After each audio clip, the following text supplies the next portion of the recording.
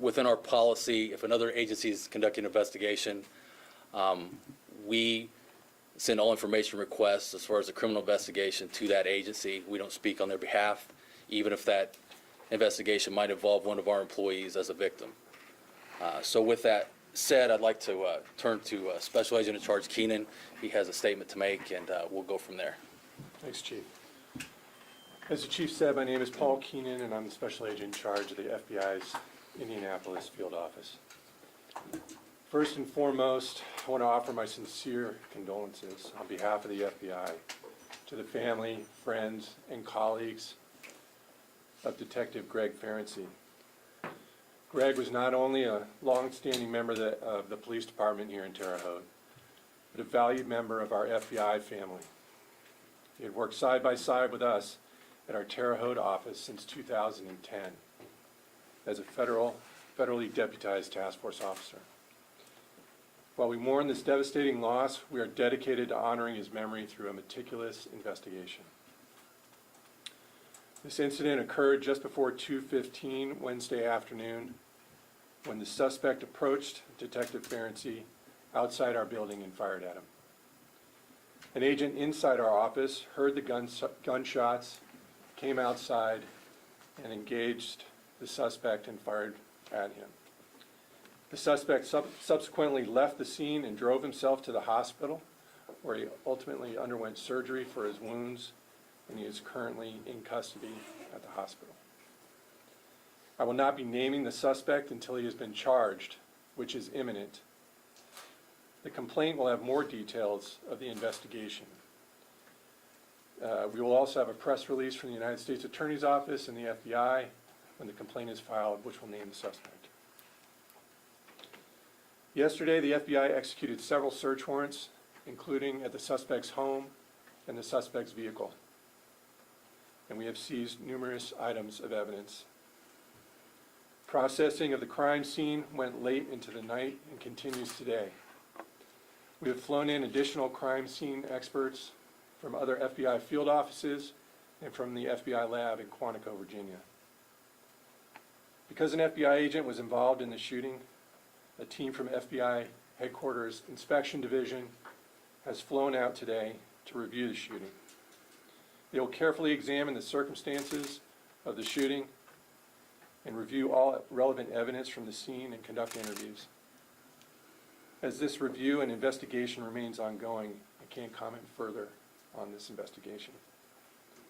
And at this point, I'll turn it back over to Chief Keene. At this point, Mayor Duke Bennett has a statement on behalf of the city, and I would like to allow him to address that at this time. Thanks, Chief. Good morning, everybody, and thanks for being here today. Obviously, tragedy has hit the Terre Haute Police Department again. So I guess my first thing that I want to say is just on behalf of the city of Terre Haute and my family, Pam and I, offer our condolences to Detective Farency, his family, his friends, and the entire Terre Haute Police Department family. As we deal with, I've heard the word senseless numerous times, and there is no other word, I think, that describes something like this that's happened. I woke up yesterday morning and looking at the news feed and saw where a couple of ATF agents and a Chicago police officer were fired upon, and I thought, wow, what a world we live in, and just kind of said a little prayer to myself and hope we'd never see that happen again in Terre Haute. And just a few hours later, as I was sitting at my desk, I saw the fire dispatch come across my phone and said gunshot wound, and anytime I see those, I always react in a way that I hope nobody's seriously injured. And as I read the notes and saw what it said, and there was an officer down, I immediately got up out of my desk and walked out the back door, and as it was all basically unfolding there, and just watched as numerous police agencies and Terre Haute Fire Department and others were responding to that call for an officer down. I mean, that call that nobody wants to hear. It was a very chaotic scene, but what really impressed me most was the fact that while an officer was down, and I didn't know who it was at the time, I knew it was at the FBI office, but just everybody doing their job, dealing with the situation, but yet looking for a suspect. Continuing to do what they needed to do in the face of just total disaster. Went up to the hospital and observed the hospital staff being totally professional, our officers that were on site there, managing the situation to the best of their ability in spite of what had just happened. And so, you know, I just wanted to mention those things because it's just amazing how professional not only our police department is, but the FBI, the state police, everybody that responded, Beagle County Sheriff's Department, West Terre Haute, Beagle County, everybody, and responding to an officer down. Then last night, as the body was escorted down to Regional Hospital and seeing people along the way, how they even knew about that happening, don't know, but just to observe the community coming out again to support the Terre Haute Police Department, and specifically the officer that we lost. It's just such a heartwarming thing for me. I just can't thank our community enough, and I'm sure they'll continue to show that compassion and their support in the coming days. But it's so important for our officers to see that, experience that, and the family. And just, I can't say thank you enough for that. So I just wanted to be brief, but I just wanted to share with you a couple of personal observations that, in spite of tragedy, our guys and gals of the Terre Haute Police Department continue to serve above and beyond, and you just never know what the next day is going to bring. And every one of these officers deserve our thanks and our support every single day. Thank you. Thanks, Mayor. Before I talk about Greg, I don't want to forget to thank, as the Mayor spoke briefly about the FBI, the state police, the Sheriff's Department, all the surrounding counties that have offered their support. It just, in the community, it's just been great, the support that they've put forth during this time. And I want to thank them. I'm sure I won't ever be able to thank everyone, but please know that we all appreciate it here. Greg is a father of 2 adult children. He's a brother. He is a son, and he's been a member of our police family for over 30 years. I've known Greg for over 24 years, around 24 years. He was actually my neighbor right before I came on the police department. You'll not meet a finer person. You don't spend 30 years in this profession without being dedicated. And he was absolutely dedicated. There's not anything that he did that he didn't put 110% into. He was an amazing person. Whether it was about a meth lab or human trafficking, he would do everything possible to find everything about that particular crime. And he was a teacher. He did so many more things that I can't sit here and explain to all of you. Those of us that work with him know. He was an amazing person, and I just can't say that enough. I'm going to leave it at that. At this time, if you have any questions, I can't guarantee that we can answer them. I've kind of explained the information flow. If it's related to the criminal investigation, I'll always refer you to the FBI. If it's regarding, Greg is a member of our police family, I will do the best I can to answer that while still respecting his family's privacy. So, Can any of you confirm whether the suspect knew Detective Farency through an investigation? Not yet. No, we're still looking at motive, and we're leaving all avenues open at this time. Can you describe his role with the FBI and with the Terre Haute Police Department? Where did he spend the majority of his time? What was his role with your office, and what was his role with Terre Haute? You can start with Terre Haute. sure. As we talked about, he was a task force officer, but he did a lot of extra work here. I talked about a little bit about his teaching. When we had block training, a lot of times he would come in. I talked about human trafficking. He would teach the other officers about that. One of the big things that we relied upon him on were risk assessments. I think probably just a few weeks ago maybe, he took part in when we had done a Zoom meeting with some different religious organizations about safety and security in places of worship. And he brought his experience to that and helped with assessment and security. If we ever got a call about somebody, that's who we turned to for Greg for a risk assessment. If this was someone to, he did so many things, for the department in addition to what he did as a task force officer for the FBI. Like I said, they're I can't say enough.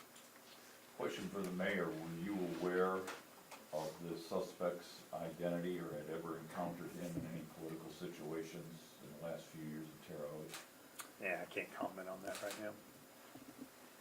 Chief and Mr. Mayor, I know a lot of people are watching right now and they're wondering what they can do today and in the days to come to support the department and to support this officer's family. What would you like them to know today and in the coming days?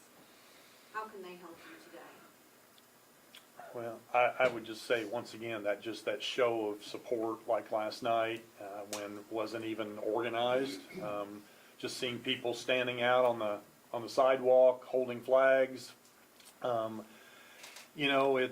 We live in really crazy times right now. There's a lot going on in the world, and police officers are, put in a bad spot a lot of times. And here's a situation where we've lost an officer now, the third one since I've been mayor.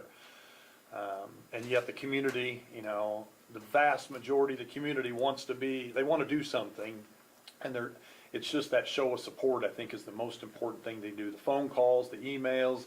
I've received messages from elected officials all over the state and from DC, governor's office, and other places. And, that makes me feel good, and I pass that on to folks. But it's the officers. They're the ones, and the family, that they need to see that visible support. And so I would just ask people to continue to not only hold him up in their thoughts and prayers, but just to show that visible support.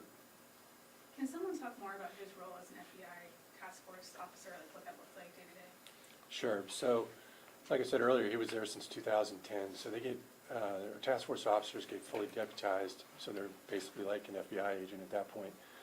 It's a small office here in Terre Haute. It's a sub-office out of the Indianapolis office. So they have to be kind of jack of all trades here and work any federal crime that comes their way.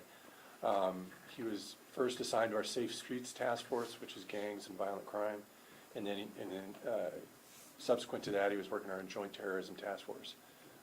So he ran the gamut of violent crimes, gangs, and counterterrorism matters. Can you talk about the decision whether or not to charge this federally as opposed to a state crime? Well, it's an assault on a federal officer, and so resulting in death. It happened at our office, so that was the decision made at the time to take this federally. Can you talk about the sense of vulnerability or betrayal? Because this is not a big town, so it probably doesn't take a lot to figure out where your guys go to work every day to have. It's bad enough if one of your agents gets shot out in the field on a search warrant, but to have this come to your front door.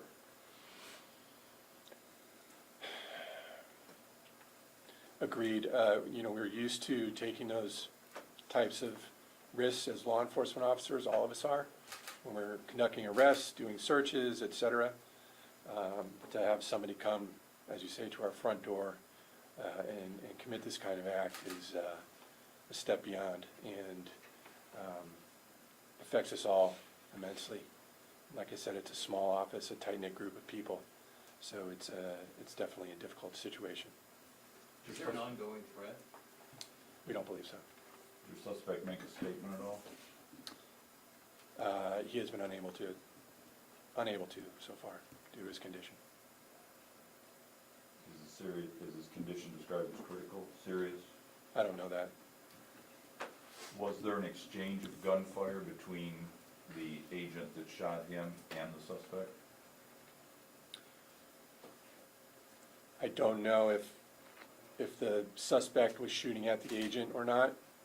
I know the agent shot at the suspect, but I'm not sure about that interaction yet. That'll come out in the investigation. Do you know if Detective Farency was just leaving the building to, or was he meeting this person, or do you have any idea what the circumstances were for him being outside the building? I'm not going to comment on that right now. I know a big question from the public locally is about the resident office here in Terre Haute. So can you describe a little more about what happens in that office? There are kind of some operations that happen there. So, as I described before, it's a small office. So anything that comes our way that has a federal nexus, we'll investigate. And we also, because of the prison facility here, at Terre Haute, the BOP facility, we'll do investigations there because it's a federal facility. But anything that comes our way, whether it be gangs, crimes against children, violent crime, terrorism matters, counterintelligence, anything that has a federal nexus, we'll work that in Terre Haute with our partners.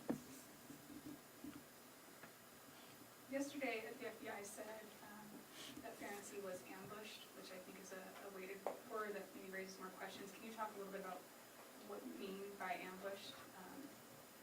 Sure. Well, I mean, the suspect showed up there and before Detective Farency came out of the building. So that was the reason to use that word. And do you believe Detective Farency was specifically targeted as an individual or just as an FBI agent general, pardon me? That's what we're trying to find out.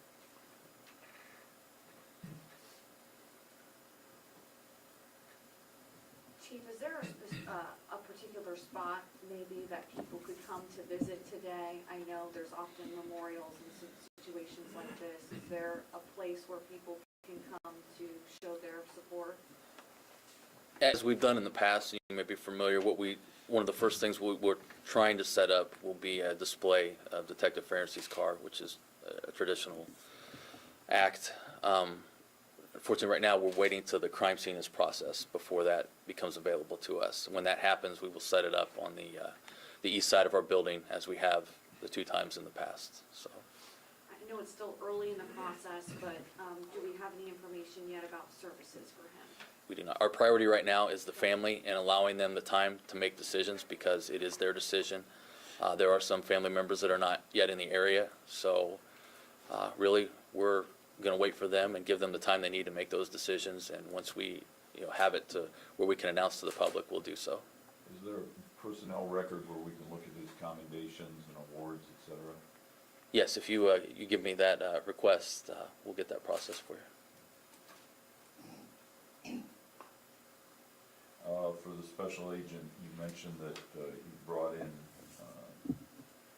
evidence technicians and specialists from across the country. If it's 10 o'clock Thursday morning, what do you see the timetable going forward today and through tomorrow, and then presenting your case to the U.S. Attorney? So the complaint to charge will be done today, is my understanding, barring unforeseen circumstances.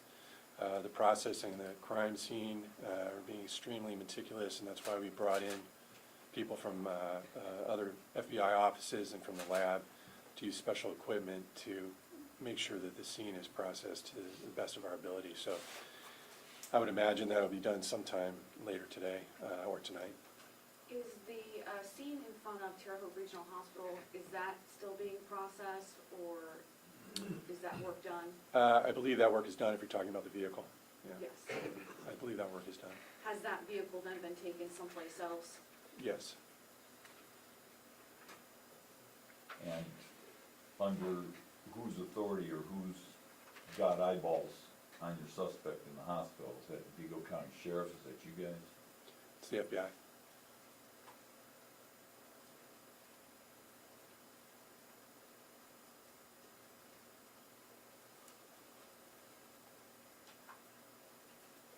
Has anybody run a criminal background check on your suspect? Doing running every check you can imagine. What do you find it? That I can't comment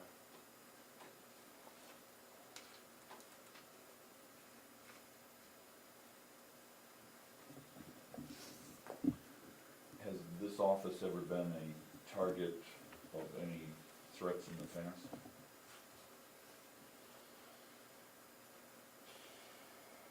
I really can't comment on that because I don't know. Not to my knowledge.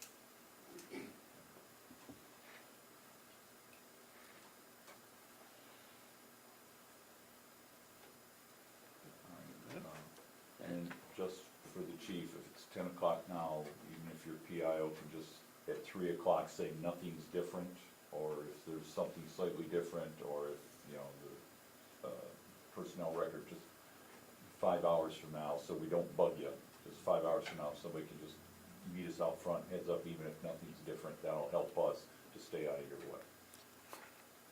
A little confused on you, so your request for the personnel records, I understand that. Are you asking me if there's something different in the? Yeah, I mean, so 3 o'clock, just from the way we operate, would be an appropriate time to just give us a heads up if anything's changed, or even if nothing's changed. Okay, as it pertains to the criminal investigation, we will not be doing any releases in that, if you understand that part. Even if you find out more about setting up your memorial or anything like that. Yes, we are, we have contacted the FOP team, who has always assisted us in the past, and with their assistance, we'll start getting that information out as soon as decisions are made, so, Thank you. thank you. Thank you. Okay, Thank you. Thank you, guys.